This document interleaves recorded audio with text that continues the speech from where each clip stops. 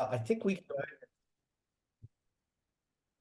All right. Well, I'll just give it a minute for to just make sure that folks have logged in, and then I will kick things off. Great. Should I be recording? We are recording this so that we'll upload it to our YouTube channel afterwards. Great. Wonderful.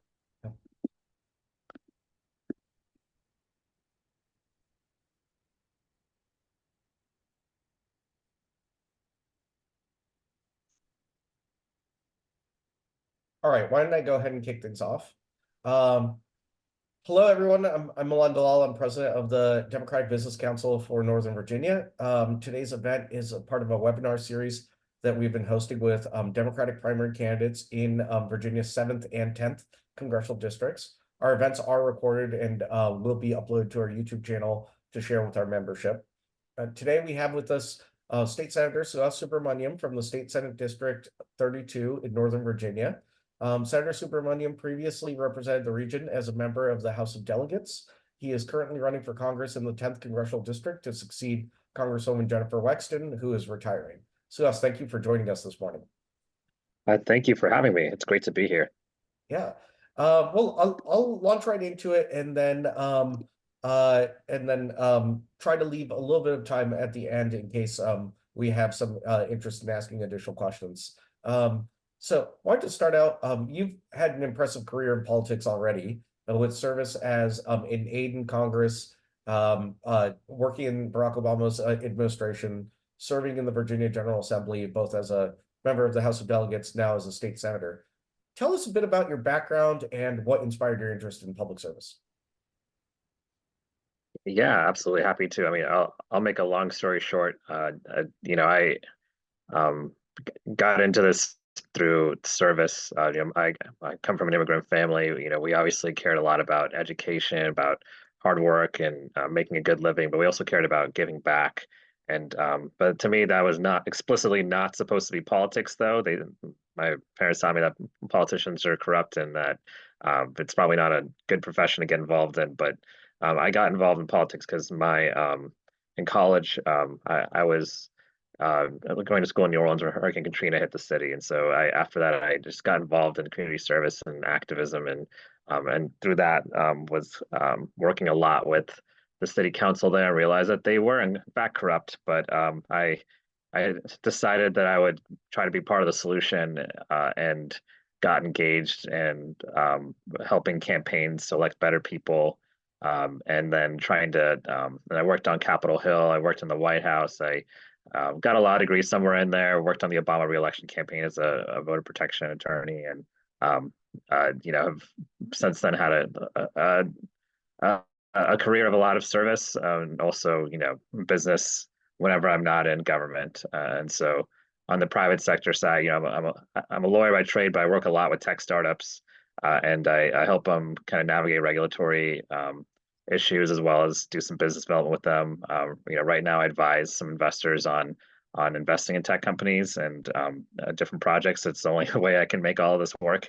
But it's I think having knowledge of how government works and getting things done in government has helped my business career, and having a business career and a legal career has helped me be a better legislator. And so, I've now I'm in the state senate. To me, in between all that, I still try to find ways to serve in other ways too. I've served my community as a volunteer firefighter, EMT, and I think that's an important thing to me. And I just try to find ways to help local food shelters, and I see government as a way to like scale that type of service. And it's one thing to be able to do a shift at a food shelter. It's another thing to be able to get that food shelter state funding, right, or grants. Same with business. It's one thing to uh, you know, um, help a business, advise them, maybe make a little bit of money advising them. It's another thing to be able to help many businesses by streamlining some application process, or making it easier for small businesses to get government contracts, or I think they've trying to work in the private sector and still serve has really helped me in a lot of different ways. And so right now Congress is just another way of serving at a bigger scale. It's also 80% of the stuff that comes to my office as a state senator is actually federal issues like immigration, especially.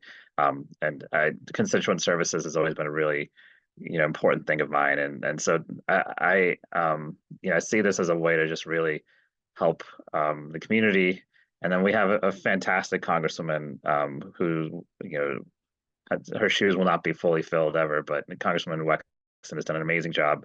And, I think, I'm proud to have her endorsement to replace her. A lot of this is also about just continuing the work that she started and continuing her legacy too, because, she's done so much good for our community. And especially, the parts that I've represented, Loudoun and Prince William, have really benefited from her just constituent service work as well as the policy making, just kind of getting things done and getting things across the aisle. So, but yeah, that's been my kind of how I got here, and that was longer than I expected, but that was a short story. Well, wonderful. I think you put it well in terms of the reference about it's one thing to volunteer at a food shelter or advise a business, but it's another to be able to get them assistance from the state and really help them fulfill their mission. As you know, Congress is quite dysfunctional and is at a very different level than working in state government. What in your background do you believe will lead you to success in a starkly divided House of Representatives? Yeah, it's a good question. So, I mean, uh, I grew up in a family where my dad was a Republican, my mom was a Democrat. I know, I understand bipartisanship. I've most of my legislation, not all of it, has been bipartisan, and it's not just it wasn't stuff that was 100 to 0 too. Like I had a gun bill that I actively courted Republican votes for my gun violence prevention bills, and I think just making the effort is a really important first step. I do the same thing when I'm campaigning. Even if someone tells me they're a Republican, I don't just leave the door or leave the conversation. I try to understand, and even if they won't vote for me, I just try to like level with them and find common ground. So I think there's no permanent friends or permanent enemies when it comes to policy making. Someone who's going to be your friend on transportation issues may not be your friend on healthcare issues, but it doesn't mean you shouldn't work with them on transportation issues. And it doesn't mean that you shouldn't find common ground. So that's what I've done and tried to navigate. Trying to navigate the personalities, I think, is just as important as just all the other things that we do. Because in the end, the people who are in Congress are humans. So I would say, just trying to make an effort to reach across the aisle will go a long way. The other thing is, I think we need a Democratic majority in Congress because right now the Republican Party is having an identity crisis. I know a lot of Republicans who don't like Trump but have to openly support him because otherwise they'll lose their jobs. So they have to figure out, do I want to be in service? And if so, well, am I willing to support Donald Trump even though I don't like him? And that's what the Republican Party is right now. And that's why people like Marjorie Taylor Greene are controlling Congress essentially, or have a huge say in what happens in Congress. They're not interested in legislating or getting things done. They're interested in making a lot of noise, right? So I think a Democratic majority in Congress is just really important right now. I think it's safe to say that everyone listening into this webinar and watching the recording hopefully will agree with that statement. So, as you know, Northern Virginia has changed quite a bit over the last 2 decades, and Loudoun County is the fastest growing area of the Commonwealth, along with Prince William, and that has led to a huge influx of traffic and congestion issues. What is your early agenda if elected to Congress to bring assistance from Washington to the region? Yeah, that's a great question. First, I want to make sure that we address this dysfunction by not playing games with our budget. We need to make sure that our budgets are funded, that we don't have the threat of a shutdown constantly. And so, because that is very personal to us in Northern Virginia. That means, even if you have nothing to do with the government, a lot of your people that come to your restaurant or frequent your business or your clients are often related to the federal government in some form or fashion. Either they work directly for it or they're a contractor. And so a shutdown is like a human-made recession for us that really hurts our economy, and it's a policy failure. It's not because of any sort of macroeconomic trend. It's simply not doing your job as Congress. So that would be the first thing is want to put in the rules that we do not have to face the threat of a shutdown. Again, that's why a Democratic majority in Congress is so important.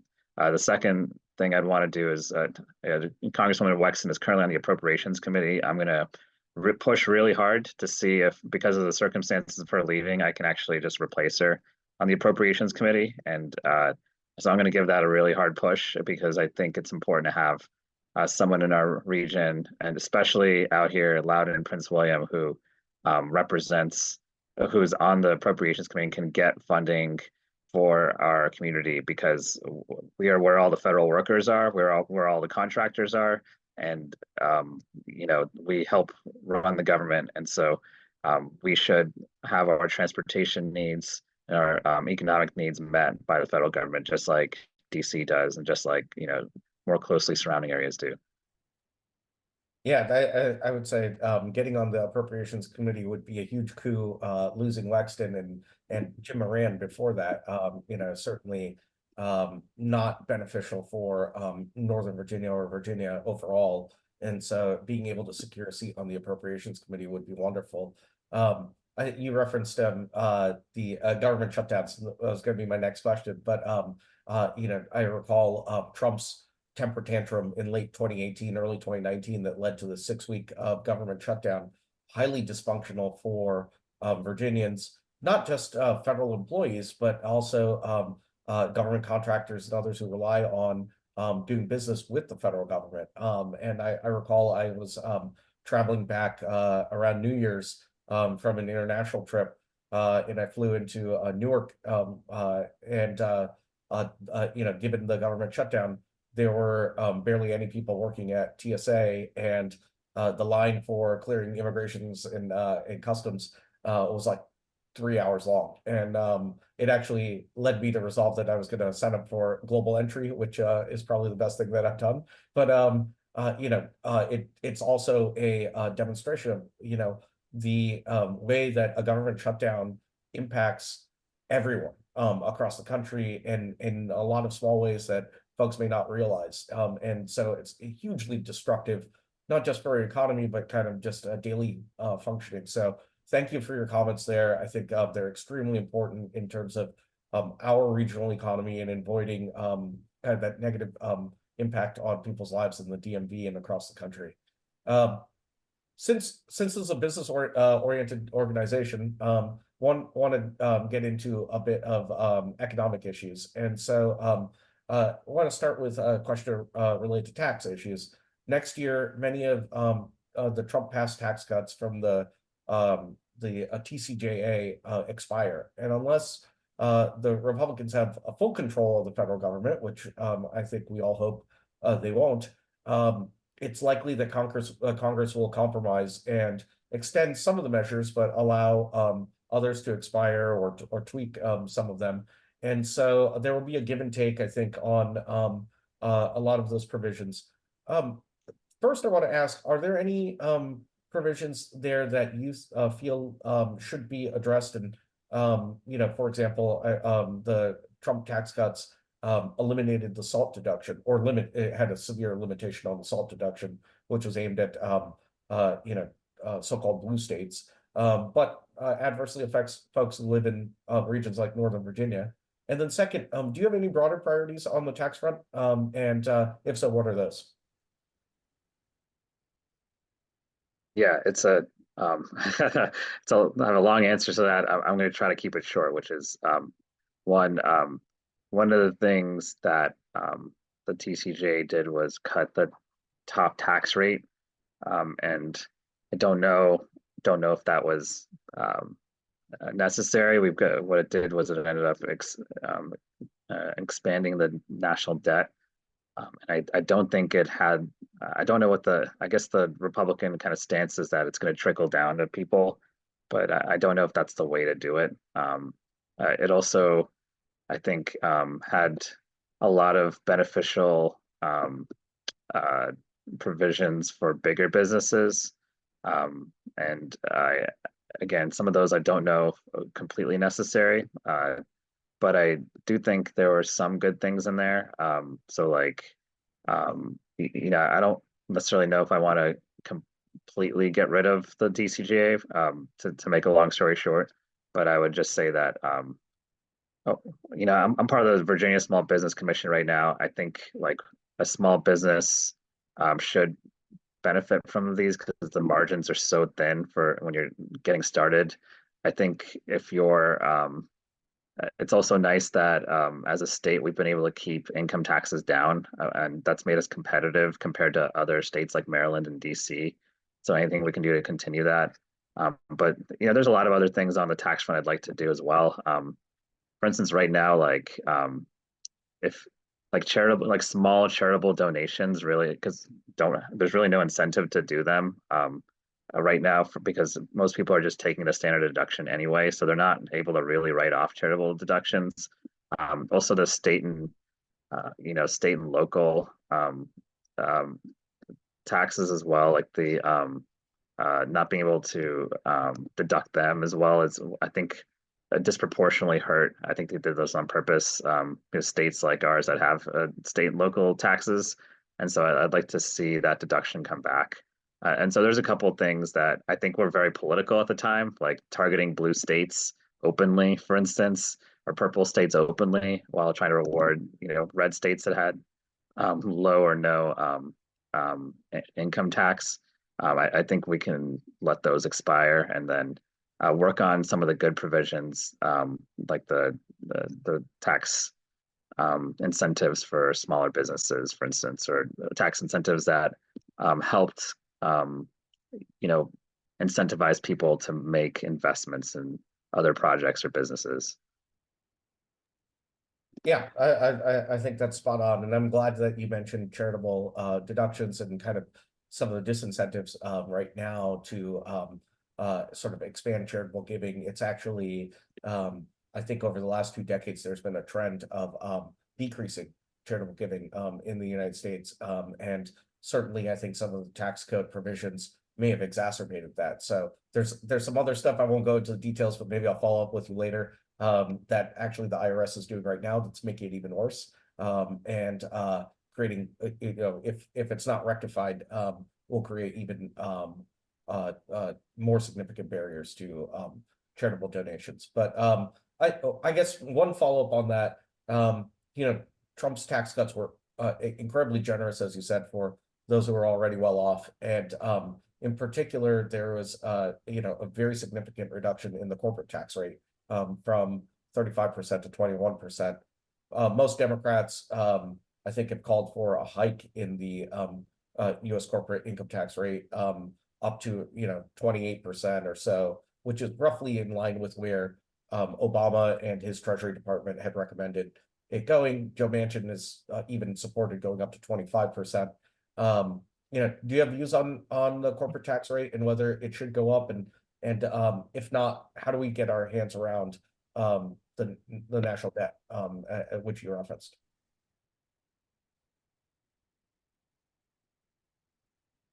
Yeah, I think what I've found is that the same people who have wanted to lower the, wanted to keep taxes low are also the same people who complain about the national debt, and, the math doesn't add up.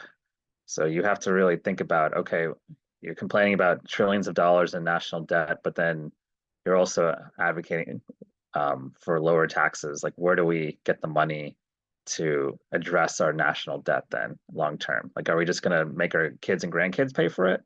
Or are we going to do it in a way that makes sense? And a way that makes sense is not cutting Medicare, Medicaid, and Social Security, because that's, even if you, wanted to set aside like the human impact of doing that, which you shouldn't. the like economic impact of that is people won't be able to afford healthcare in a lot of situations, and then they'll just be going to the emergency room all the time and costing us more money. And so those programs are meant to be both be a safety net for a lot of people, and also a very important way to it's an important um, part of like what makes us great as a country is that we have these programs.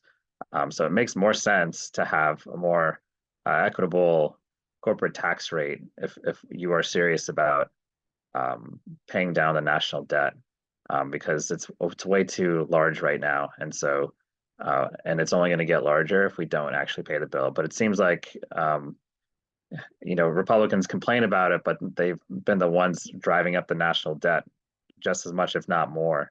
You take COVID aside, and even then, like the TCGA, for instance, was a big part of increasing the national debt, even though it's purported to be able to pay it down. So I think we do have to have corporate tax reform if we're going to be serious about that.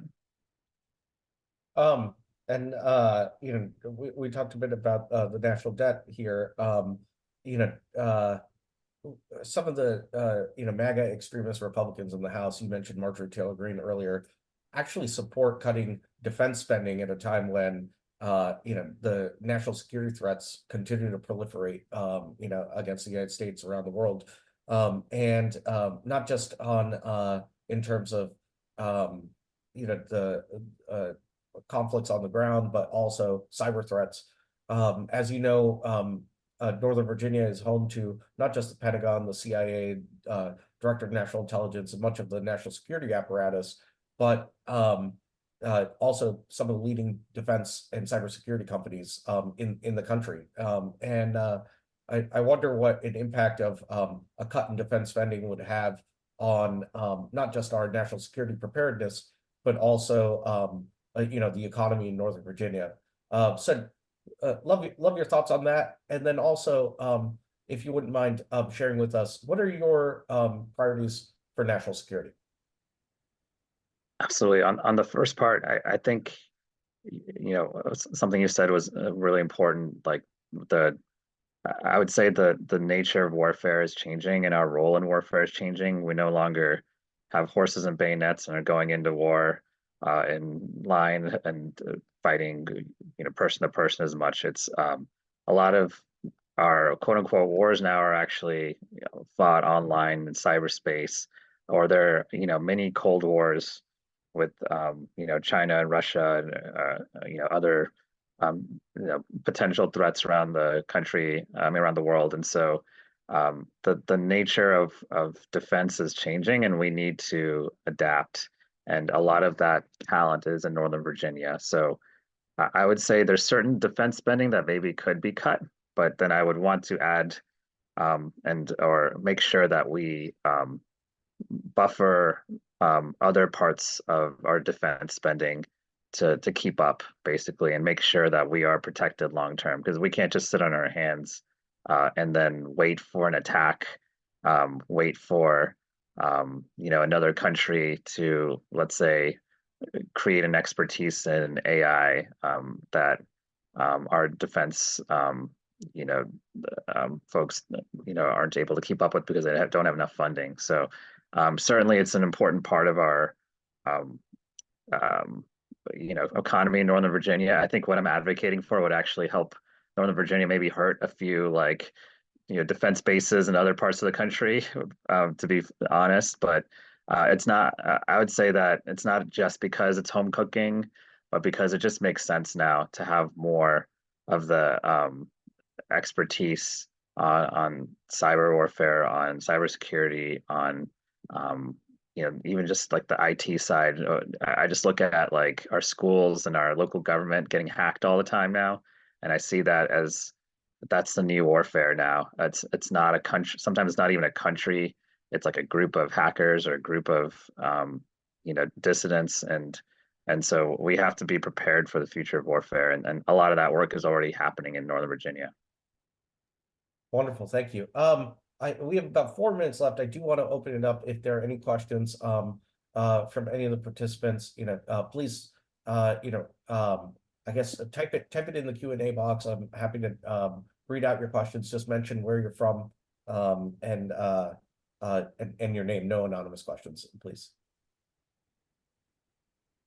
While we're waiting on that, I'll ask if people want to volunteer on your campaign, where should they go? Where are there campaign offices or website that they can visit? Yeah, they can go to suhasforvirginia.com, and you can also, I'm happy to put or just say my cell phone number. It's 571-707-4566. So you can just text me anytime, and I'm happy to respond. Calling might be a little dicey, depending on the time of day, but texting always works. Wonderful, thank you. I'm not seeing anything in the box, so I'm gonna thank you very much for your valuable time. Thank you. This is the second to last Zoom that we're going to have of this series. I believe this afternoon we're going to have one more candidate for the 10th Congressional District. But if folks who have tuned in like our programming, you can go to DemBiz.org and sign up. We are going to have a number of events in person and over Zoom over the course of the year. Senator Subramanyam, thank you for joining us and wishing you best of luck. Thank you so much. Looking forward to staying in touch and visiting again when I'm a nominee. Wonderful. Take care. Take care.